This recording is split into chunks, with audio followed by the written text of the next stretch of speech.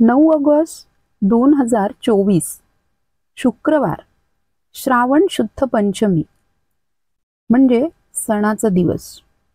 हस्त नक्षत्रातील सिद्ध योगातील या शुभ घडीला नागाची पूजा करून नागदेवतेला या दिवशी प्रसन्न करण्याची पद्धत आहे.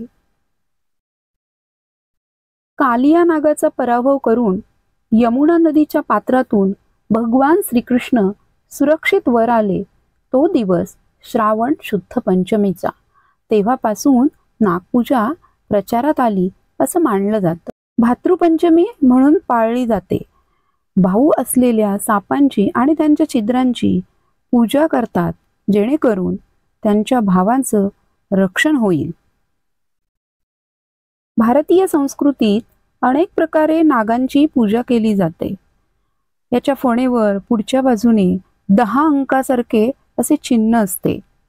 काही ठिकाणी वारुळाची पूजा केली जाते, काही ठिकाणी प्रत्यक्ष नागाची पूजा केली जाते, काही ठिकाणी नागाचं चित्र काढून त्याची पूजा केली जाते, तर काही ठिकाणी घराबाहेर दरवाजाच्या दोन्ही बाजूंना भिंतीवरती नागदेवतांची चित्रे रंगवून मंत्र लिहून पूजा केली जाते. आपल्या कुटुंबाची, परिवाराची सर्पभयापासून मुक्तता होऊन आशीर्वाद मिळण्यासाठी नागपूजा केली जाते. हळदीने किंवा हळद मिश्रित चंदनाने भिंतीवर अथवा पाटावर नागाचं चित्र काढतात किंवा 9 नागांची चित्रे काढतात आणि उजव्या हातात अक्षता घेऊन आवाहयामी असं म्हणत नागदेवतांच्या चरणी अक्षता वाहतात.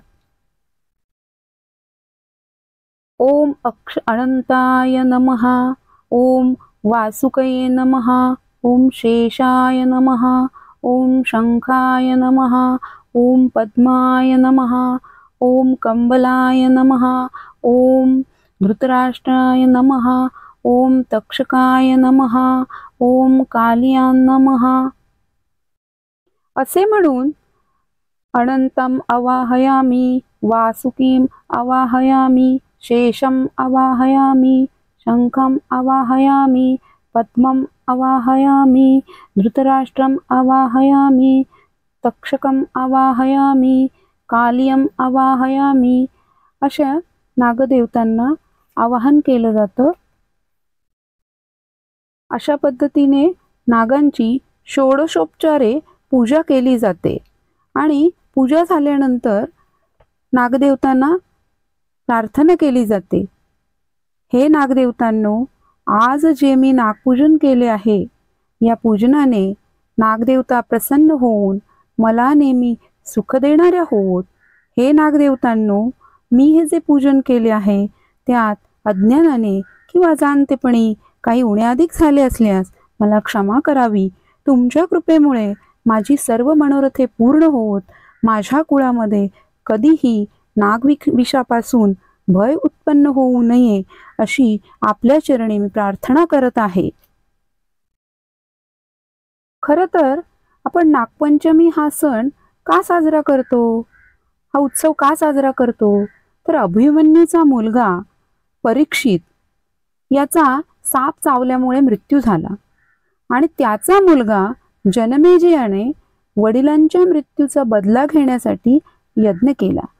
त्या यज्ञामध्ये जगातील सर्व साप जळू लागले आणि म्हणून सर्पांनी रक्षण हेतू अस्तिक मुनींचा आश्रय घेतला आणि त्यांनी मग ह्या अस्तिक मुनींनी राजाला समजावलं आणि त्यांनी राजाचा यज्ञ थांबवला. तो हा दिवस सापांचं रक्षण झालं म्हणून हा उत्सव सुरू झाला. आता एक कहाणी पाहू. एका शेतकऱ्याच्या नांगराच्या फाळाने नागिनीची 3 पिल्ले मृत्युमुखी पडली आणि त्यामुळे नागदेवतांचा कोप झाला अशी समजूत आहे. म्हणून या दिवशी शेतात नांगरत नाहीत, खणत नाहीत, घरी भाज्या चिरत नाहीत, टोकदार वस्तू वापरत नाहीत, तवा ठेवत नाहीत, वाटत नाहीत, कुटत नाहीत, तळत नाहीत असे नियम पाळण्याची प्रथा आहे. नागपंचमीच्या दिवशी दूध आणि लाह्यांचा नैवेद्य दाखवतात किंवा तांदूळाची खीर, गव्हाची खीर असा नैवेद्य दाखवतात किंवा उकडीचे मोदक घरोघरी केले जातात. नाग हा विष्णूचा पलंग तर शंकराच्या गळ्यातील अलंकार आहे. या दिवशी जर रुद्राभिषेक केला तर कालसर्पदोष नाहीसा होतो. साप हे शेताचे रक्षण करते आहेत. सापांना शेतकऱ्यांचं मित्र म्हटलं जातं. आणि शेतामध्ये झालेले उंदीर साप हे खाऊन टाकत असतात आणि शेतकऱ्याची मदत करत असतात. या नागपंचमीच्या सणासाठी विवाहित बहिणीला भाऊ माहेरी घेऊन येतो. स्त्रिया दोन्ही हातावरती मेहंदी काढतात आणि लहानथोर स्त्रिया पूर्वी फेर धरून गाणी म्हणायच्या, झिम्मा फुगडी खेळायच्या, झाडाला झोके बांधून झुलायच्या.